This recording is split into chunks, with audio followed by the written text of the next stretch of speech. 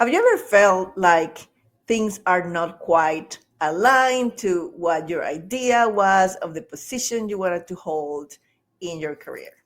Well, we are gonna bust that myth for you today because I have a very, very special guest, and we're going to talk about how you can be the manager, the boss that you always wanted to be.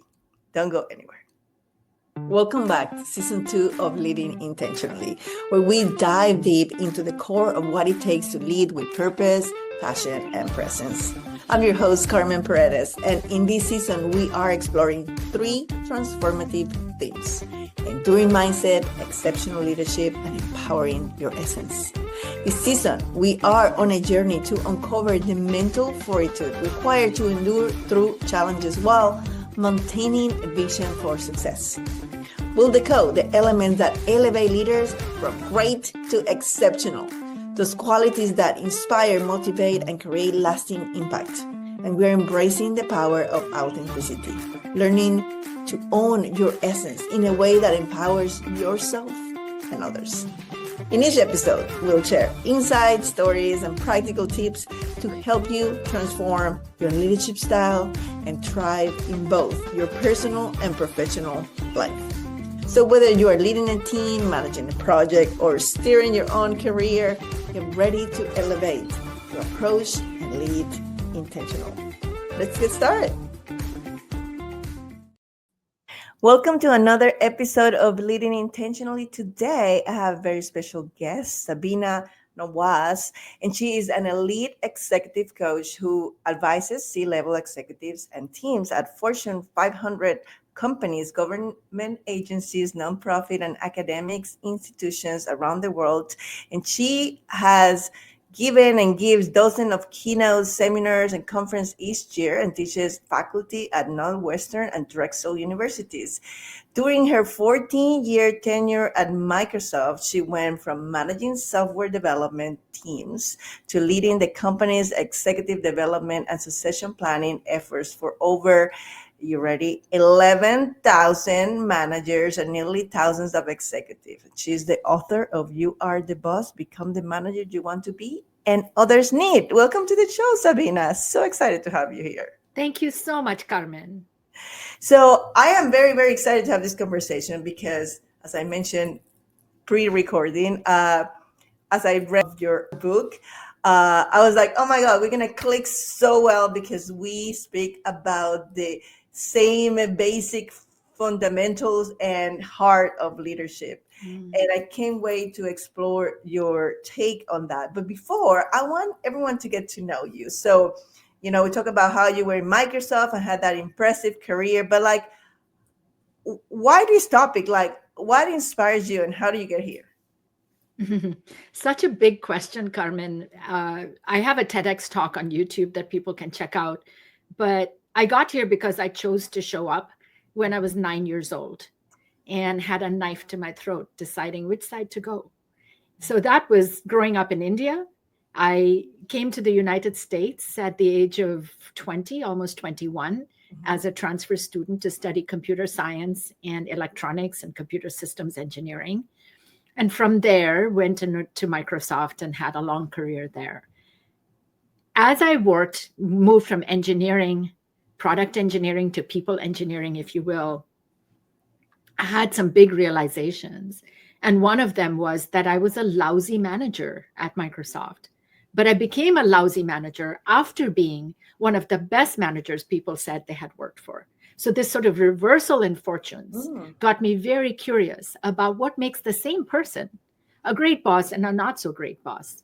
Well, and from there I realized it's the pressure, it's the circumstances that shape our behaviors. And then those behaviors show up in ways that impact other people, their morale, their productivity. But because we're in positions of power, nobody tells us about it until it's too late. So that's what got me here. That's what got me started on my life's passion and purpose and work right now. I am like so many goosebumps here because, okay, I'm going to tell you 3 things that we also have in common. We're both engineers. We both came to the US in our early 20s, and we both have a TEDx talk. So there you go. But also, oh my God, yes, on being a lousy manager, even though you might have all the best intentions. And one of the things I was writing last night in my book, it's how, a lot of us get promoted to manager because it's the next logical step, but nobody actually trained you to get there. Few people are naturally born leaders, but most people don't have a clue how to impact, how to show up, how to drive results with care and heart on their people until might be too late. And I find, through my 20 years in corporate America, that many people don't even care about getting better. And I think it's changing. And this is where, we have this passion to helping people, those that want to listen, is that how can I be a better leader? um, but let's get into the book, because I think that's when you uh, talks so intelligently and delicate about this topic without giving it away, because I read the book before the interview, and I need to tell you that you have to buy it, so we're not going to spoil it for you, but we're going to tease you, so you go and do that. So, so tell us a little bit about the structure of, like, what do we want people to get out from this masterpiece that you have created? Oh my gosh. Thank you for your kind words, Carmen. And I so appreciate that you've read the book. I'm happy to give away chunks of it if it helps your listeners. Mm, Essentially, there are three things that are key in the book. Actually, let me start with why you don't want to read the book. You Mhm, don't want to read the book if you're learning how to be successful, what are the tips and tricks to get promoted, and how to get there. This is not the book for you. This book is for you if you are already successful. You have already been promoted, maybe into management, or maybe from middle management to executive management. mhm, So you've arrived at a place where you haven't been before mhm, successfully. Then this book is for you, because there are three pieces of news I have for you. You already know a lot. The things that you don't know are possibly that the most dangerous time in your career is when you get promoted. mhm, That it is not pressure, but power that, sorry, mhm, it is not power, but pressure that corrupts our actions in a way that lands negatively on the people who work with us, and it disrupts their productivity. mhm, And third of all, the more you know, the less you know about how you're showing up or what the problems are in the business or in your organization. Because power has the capacity to insulate you and isolate you. Most of my clients are shocked when they receive feedback on what people actually think about them. mhm, mhm.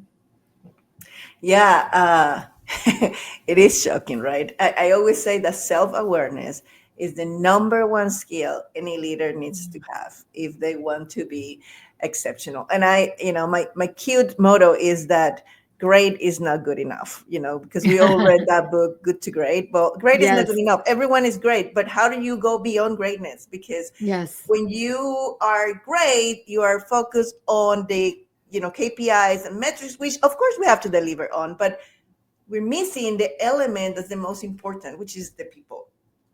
And I love when you say here that the more you know, the less you know, because again, the ego start getting inflated, and then you start living from the premise that you're the expert, you know it all, and it has to be your way or the highway. And I'm curious to see how do you advise people to shift from that? Because I mean, at Mm. least from my perspective, it's one of, like, the biggest blind spots of Mhm. successful high achievers. Mhm. Mhm. Actually, a lot of times, the people in positions of power have the biggest imposter syndrome. Mm-hmm, But what mm-hmm. they have is a track record of success. Remember, again, this book is for successful people, which Yeah, means you've got it right a lot of times, and people have rewarded you for that. yeah, So, after years of getting it right and being rewarded for it in a busy world where there's a lot of pressure, yeah. it's easy to not stop and think, oh, maybe I'm wrong in this case, or maybe there's more to the story.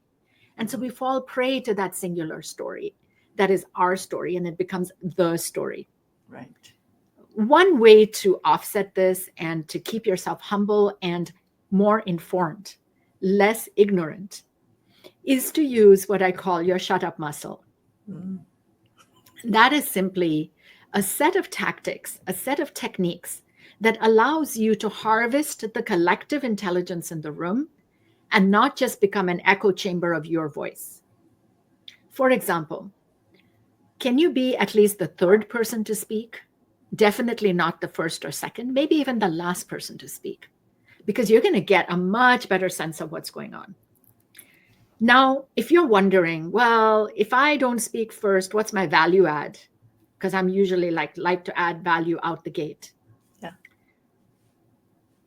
Maybe you have an even bigger value add, because another thing you can do to exercise your shut up muscle is take what I call margin notes. In the margin of your notebook, write down those ideas that are distracting you from being fully present. Mm. When it's time for you to speak as number 3, 4, or 5 in the meeting, check off the things that have already been said and only contribute the things that haven't.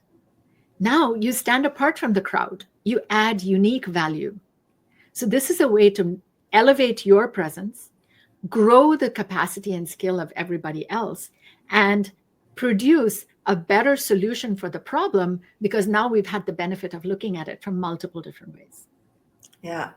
It's a lot is coming to mind. At least, again, it's this conversation is going to be so powerful because we share a lot of the same views. But you are making me go into my memory bank in situations like, oh, this is why this happened. One is that I used to have a leader. I was blessed to have a mentor who he was a C-level person who every time he walked into the room, his presence alone commanded the room. Mm, He didn't speak until everybody else had spoken. mm, And he was very soft, yet so powerful. And mm, then you see the contrast of other people who it's like me first, right? And then they are mm, aggressive and sometimes take people, put people down with not mm, necessarily words, but energy, right? Like how they address you. But then I was thinking back to grad school and how in a case study environment, like Harvard mm, is, you are almost prompt to mm, be the first one to talk if you want your mhm. check for the day. Yes. If you actually study the case so well and you were able to solve it, you will wait till the end when everybody has said the easy things that needed to be said, but you were Yes. going to contribute the biggest. But the Yes. risk of doing that was high, right? Because you Yes. better have the answer here, right? And so, Yes. and so you think about it, it's like, yeah, they were kind of wanted to teach you that the one that waits the last to talk has the biggest reward, but Mhm. because it was so hard, we almost were trained. I haven't thought about it until right now. We have been trained to like Yes. boom, boom, boom, so we can get check, check, check. Yes. Yes. Carmen, that's what I call a scarcity mindset, Yes. that there won't be enough, that the ship will sail. Everybody will contribute the idea. What will I have to say? Versus an abundance mindset, which is saying, I am enough. Mhm. I am enough. And I trust that there will still be something left to say. Yeah. Now, tactically speaking, here's a way you can engineer that. So let's say you write down 5 ideas. All's well if 3 of those have been said and you've got 2 more to pop out. Great, everybody gets a check mark. But let's say all 5 of your ideas have been captured.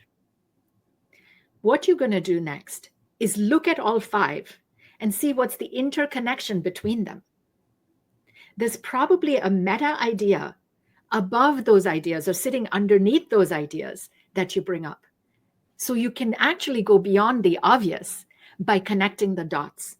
And just about everybody I coach says one of their strengths is connecting the dots. Mhm. It's one of the prerequisites, I think, to getting up the chain.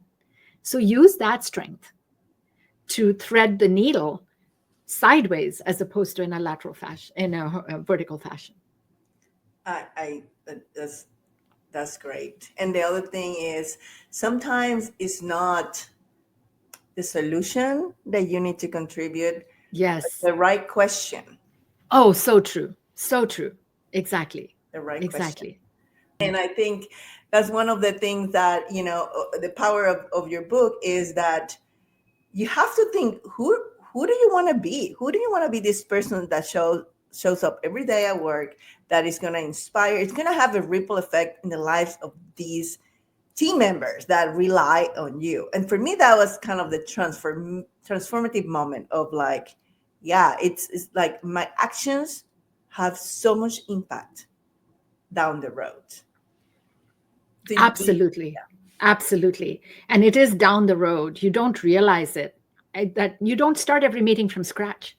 So Mhm. you're under tremendous pressure. You're short with people in one meeting. The next meeting, they're coming in scared. They're not coming in with a clean slate. Mhm, mhm, mhm. Mhm. Yeah. And then, so these three strategies that you're sharing is just a tip of the iceberg. I love the depth that you go into in the book. And so, how do you think this book is going to serve best people? So we already know they're going to be successful. We already know they are in a position where perhaps uh, deadlines are just continue to get more tight, and because as you rise in the career, the pressure increases. It's just a matter of fact here. So, but how do you recommend like people take this book and like dive into it to get the Mm. best benefit of it? Mm. I think they start at the end. Mm. And at the very end, there is a chapter called 360 Yourself, Mhm. which is get feedback by yourself on yourself first. Mhm. And it's feedback on the different chapters of the book. So by answering those questions, you'll get a sense of where you need to pay the most attention, where we already know you're successful, where you're going to be more successful. If, as you're saying, great is not enough, how do Yeah. you get to excellent? Mhm. So by starting at the end and taking that assessment, it's 42 questions, you can then simply go to that chapter, and each chapter then has very concrete road tested tools to tackle that situation and issue. It gives you some real life stories so you get a sense of, oh, yeah, that's me. I recognize that. Mhm. So I would start at the end of the book and work your way backward. I love it. That's brilliant. I actually every time I open a book, when it's a physical copy, I always go to the end Why and do you bring. go? Why do you go to the end? I don't know. That's just I like. If I like the ending, then I then I read the book. That's funny. That's funny. I go to the end to see how many pages there are in the book. Well, there's that too, but I try not to be a deterrent because there's been very transformational books that I've read that are more than I thought I would ever read, and you don't have to read it all in one sitting. Even if it takes Hmm. you a year to read a good book, but as long as you're For sure. applying it, because knowledge without application, it's honestly a waste of time. Yes. You gotta apply Yes. it. So one of the things, I don't know if you've used the Enneagram system or have come across it, but it's a personality test I use to assist me when I'm coaching leaders. Hmm. And I love it because I used it when I was in corporate Mm. America. And Mm. it was kind of like a 360. So I knew my type, and I Hmm. knew everyone in my team's type, everyone of my peers, and all my leaders. Nice. What I liked about it is that it really highlights why we show up the way we show up. Mhm, And it mhm, always mhm, comes down to really deep, engraved mhm, feelings that we have. It could be mhm. fear, it could be perfectionism, it could be the need to protect, but it's all down to like heavy childhood things, um, that what it did for me is that allowed me to have so much compassion for people, because all of a sudden the way someone showed up for me, especially if they were superiors or peers, it wasn't personal.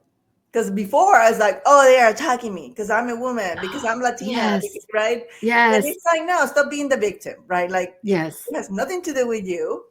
And it allowed me to show up as the person I wanted to be. yes. Oh, So, that's beautiful. That's beautiful.